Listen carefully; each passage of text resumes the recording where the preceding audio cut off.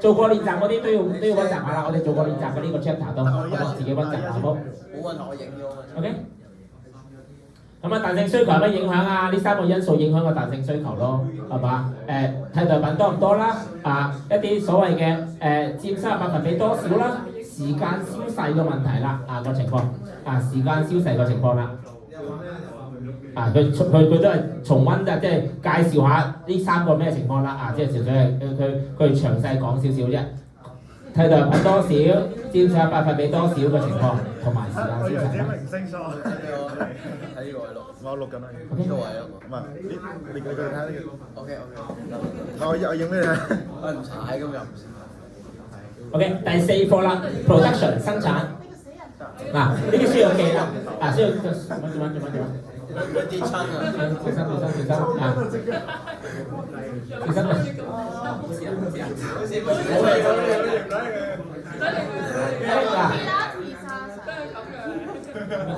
佢勁亂啊，唔使你㗎。喂，要識得呢啲 law 呢啲 law 要識喎。要記得呢啲 law 喎，記得同學。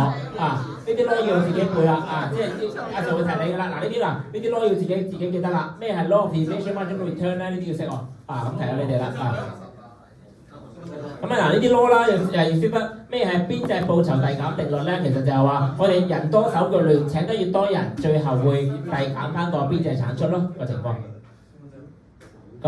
咩係規模報酬啦？係嘛？咩係 increasing return to scale decreasing return to scale 最尾咧就係規模經濟同埋規模不經濟個情況。咁同埋都需要識計下點解會出現咗邊際報酬遞減咧？如果同我阿 Sir 問你，喂，點樣去點解會出現咗規模報酬係嘛？我哋都曾經提過，大家邊際報酬係點樣而嚟嘅咧？係嘛？我哋好似 notes 都有提過下，等等我睇下。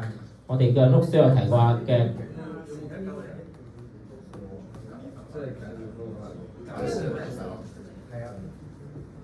我哋都有提過下一啲嘅notes 入邊咧都有啲 notes 入邊咧都可以參考翻啲點解會出現規模報酬嗰啲咧其實我睇下先。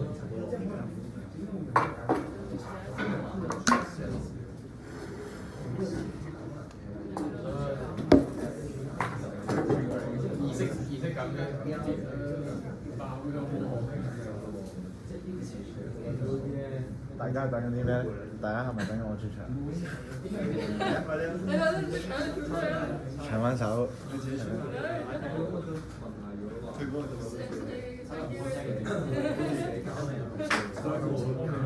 我唔想落分體。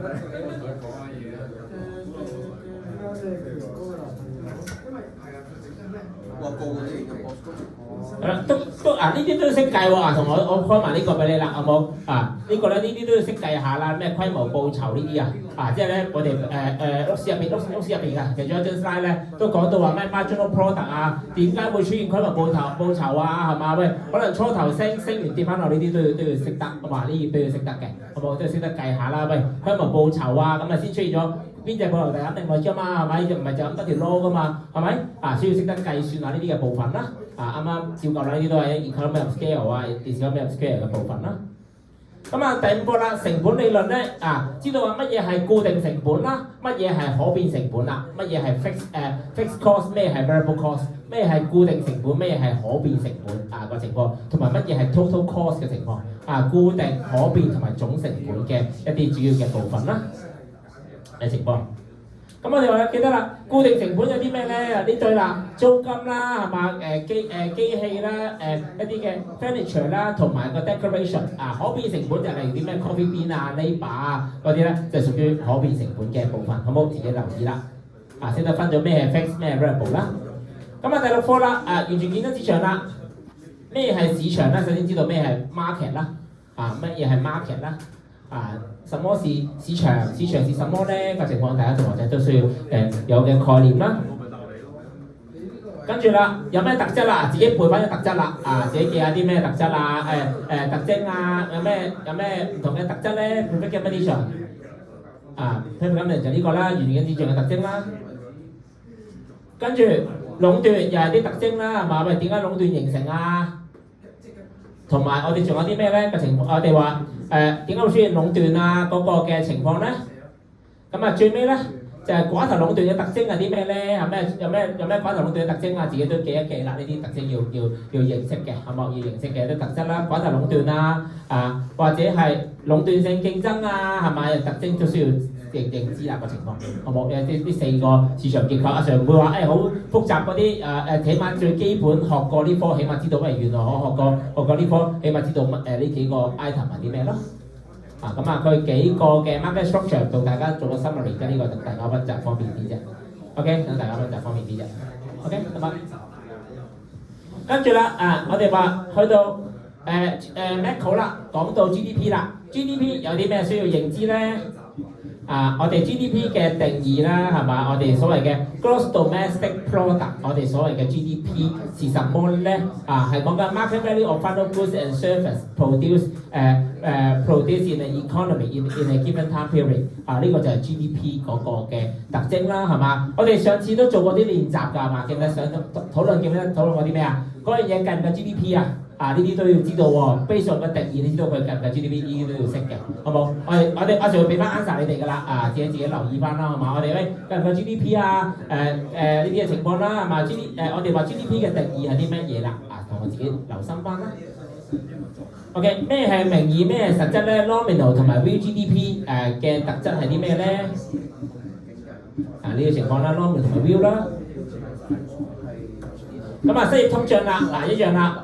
我哋話點樣去定義通脹？點樣定義失業咧？喂，失業上次上堂討論嘅時候記唔記得啊？問你嗰個係咪失業啊？我都需要認知咯 ，base on 呢啲定義咯。你話佢係失業唔係喎，阿 Sir 原來佢唔係失業嘅嗰個人，本身佢退咗休啊，或者可能佢係家庭主婦嘅，佢呢啲咪唔算係失業咯，係咪咁？自己留意翻啦。失業率識得計喎，同學識得計啲公式喎。提一提佢哋啦，呢啲公式要識喎。失業率點樣計，要自己留心翻啦。點樣計失業率咧？自己記得要點樣做，好冇？失業率如何計算？跟住啦，物價水平啦，係嘛？物價指數嘅高低係嘛？個情況 price level 咩係通脹咧？通脹嘅意思定義需要認識啦。我哋話係 persistent increase in price level 不斷咁增加個物價水平呢種咪叫做 inflation 咯。通貨膨脹就係呢個意思啦。通縮就調翻轉啦，相反嘅情況啦。OK， 咁呢個咧就係我哋通貨膨脹就係呢個嘅意思啦。咁我哋話呢版咧就話俾大家同學仔知啦。其實我哋點解我哋話失業通脹嘅時候邊一個高定低咧？我哋話通貨膨脹嘅時候邊個賺邊個蝕咧？我哋需要知道翻邊個賺邊個蝕錢咧？個情況需要留心翻啦。邊個賺錢邊個蝕錢，我哋需要留心翻呢個嘅情況啦。OK， 咁四大嘅 business cycle 啦，經濟週期啦，有4個週期啦，係嘛？譬如我哋有啲係繁榮期、經濟衰退期、經濟蕭條期、經濟谷底期嘅經濟復甦期，呢4個嘅特質啦，呢4個特徵啦，呢啲咪個特徵咯，自己記下啲特徵啦，係嘛？都留心下啲特徵係啲咩啦，嘅經濟週期嘅特徵需要自己去留心下，睇從個 GDP 從個4大business cycle 究竟佢有咩嘅特質需要自己留意下啦都。OK， 跟住啦，呢個 table 同大家輯錄好晒㗎啦。經濟週期嘅上落高低其實有比較嘅時候同呢個角度出發啦。OK， 咁第12課啦，第12課嘅貨幣銀行啦。貨幣銀行咧，咪知道翻我哋話好嘅 money 有乜特質咧？乜嘢係好嘅 money 咧？我哋話呢4個我哋話啦，一般嘅可接受嘅，襟用嘅同埋暢散嘅，同埋方便攜帶嘅呢4個特質咧，就係話我哋一個好嘅 money 嘅特質啦。個情況第5啦，耐用呢啲咧就係好嘅貨幣應該有以下嘅特質嘅情況。OK，咁就係呢個情況。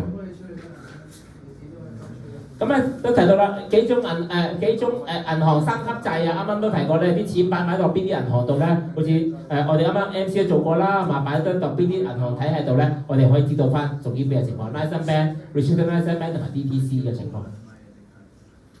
相當創造啦，呢啲係計數嘅，阿 Sir 咧就冇做晒你啲練習就識做㗎啦，好冇？即係啱啱做練習嗰啲啊，識做嗰啲咯，好嘛？啱啱做過嗰啲練習咯，好嘛？咁呢啲其實呢啲都係練習阿 Sir 做，所以純粹就話俾你聽，你要識得做呢啲啦。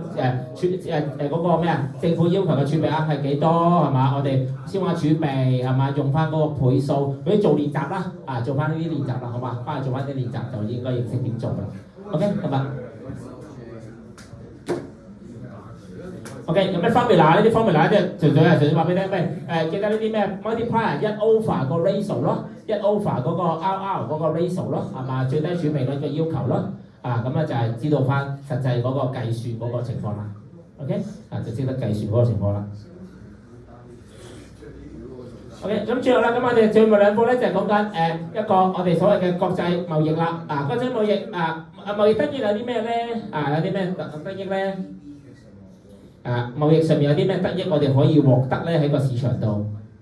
咁仲有啦，咁呢啲基本知道下啦，或知道下咧，比較優勢啊、絕對優勢啊嗰啲嘅情況咯，係嘛？俾個表你都要識得去知道翻點樣去計算呢啲絕對優勢。記得留意翻佢呢條題目咧，就話資源數量即係所幾個鐘頭去做呢個嘅電子錶啊、計數機啊，咁如果調翻轉佢俾個件數你咧，要相反地調翻轉去做啦個情況。同埋呢個例子係啫，俾大家參考翻碌市嘅例子啫。呢啲都係計算出嚟嘅結果。咁咧，仲有啦，呢啲需要學習翻啦，好冇？有邊啲嘅貿易限制啊？呢排成日講貿易咁 hit 啦，我哋話有咩貿易限制，自己要study 啦呢個部分，好冇 study 翻呢個部分啦。OK， 有咩貿易限制咧？有邊啲款式咧？咁我哋話貿易限制仲有邊啲類型咧？咁有啲人贊成同埋反對貿易限制，呢啲都要溫習下啦。我哋邊啲人係贊，邊啲係有啲人贊成貿易限制，我覺得要保障翻嘅係嘛？你覺得關稅好嘅，咁你咪個原因係咩啊？有啲人覺得反對嘅，有啲人覺得係覺得反對貿易限制，覺得喂其實就自由貿易咧，喂唔好限制啦，不如啲自由流動咪大家可以攞到多啲產品咯，咪正啲咯個情況。咁匯率啦係嘛？匯率都需要留意啦。呢課咧仲有講匯率嘅。咩係聯繫匯率咧？聯繫匯率有咩好處咧？我哋話咩係 link exchange rate system？聯繫匯率咧有咩作用啊？聯繫匯率幫助我哋穩定啲港元啦個情況。OK， 咁最後嗰課最後嗰課其實冇乜嘢好講㗎啦。今日我同大家溫習過晒㗎啦。識得計算呢啲呢頁其實碌市嗰頁嘅部分啦，知道翻一啲實際嘅情況嘅考慮啦。我手等等啊。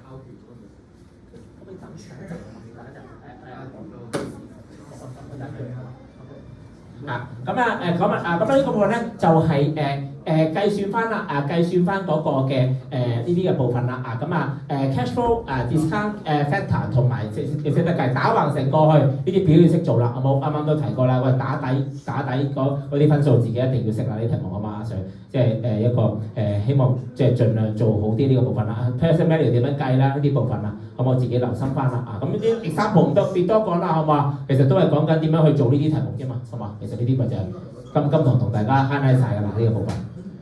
就係咁多 ，good luck，OK， 完滿結束，得唔得？未打，未落堂，我做問卷啊嘛，幫阿 Sir。